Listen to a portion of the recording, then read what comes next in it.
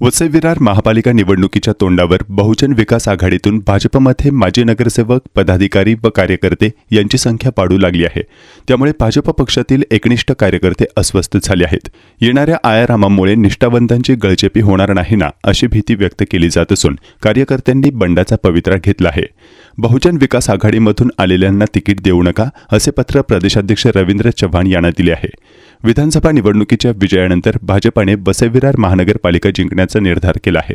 भाजपने गेल्या काही दिवसांपासून बहुजन विकास आघाडीमधील नाराज कार्यकर्ते आणि नेत्यांना भाजपमध्ये ओढण्यास सुरुवात केली आहे।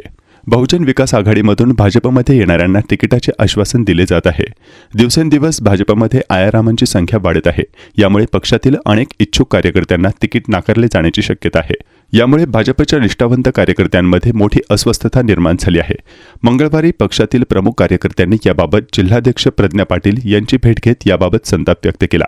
बहुजन विकास आघाडीत ज्यांना किंमत नव्हती अशांना आता भाजपमध्ये प्रवेश दिला जात आहे, ते खपवून घेणार नाही असा इशारा दिला आहे। याशिवाय कार्यकर्त्यांनी सह्यांची मोहीम घेऊन बहुजन विकास आघाडीच्या लोकांना तिकीट देऊ नका, असे पत्र प्रदेशाध्यक्ष रवींद्र चव्हाण यांना दिले आहे। आमच्या निष्ठावंतांना डावलून तिकीट दिले तर वेगळा विचार करावा लागेल, असा इशारा वसईतील ज्येष्ठ भाजप नेत्यांना दिला आहे।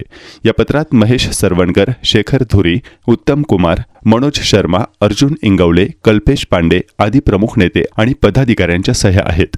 बहुजन विकास आघाडीबरोबर संघर्ष केला आहे, मात्र आता याच बहुजन विकास आघाडीच्या लोकांना पक्षात घेतले जात असल्याबद्दल नाराजी व्यक्त करण्यात येत आहे। मागील अनेक वर्षांपासून आम्ही कार्यकर्ते म्हणून भाजपमध्ये काम करीत आहोत। त्याप्रमाणे आयारामांनाही आधी पक्षात 1 वर्ष काम करू दे, मगच त्यांना पुढे संधी द्यावी, असे मत कार्यकर्त्यांनी व्यक्त केले।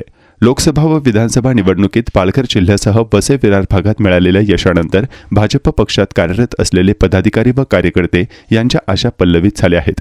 आता महापालिका निवडणूक लागली आहे, त्यामुळे निवडणुकी लागण्याआधीपासूनच अनेकांची मोर्चेबांधणी सुरू केली होती। मात्र भाजप पक्षात वाढत असलेल्या आयारामांच्या गर्दीत निष्ठावंतांची कोंडी होण्याची भीती कार्यकर्त्यांमधून व्यक्त होत आहे।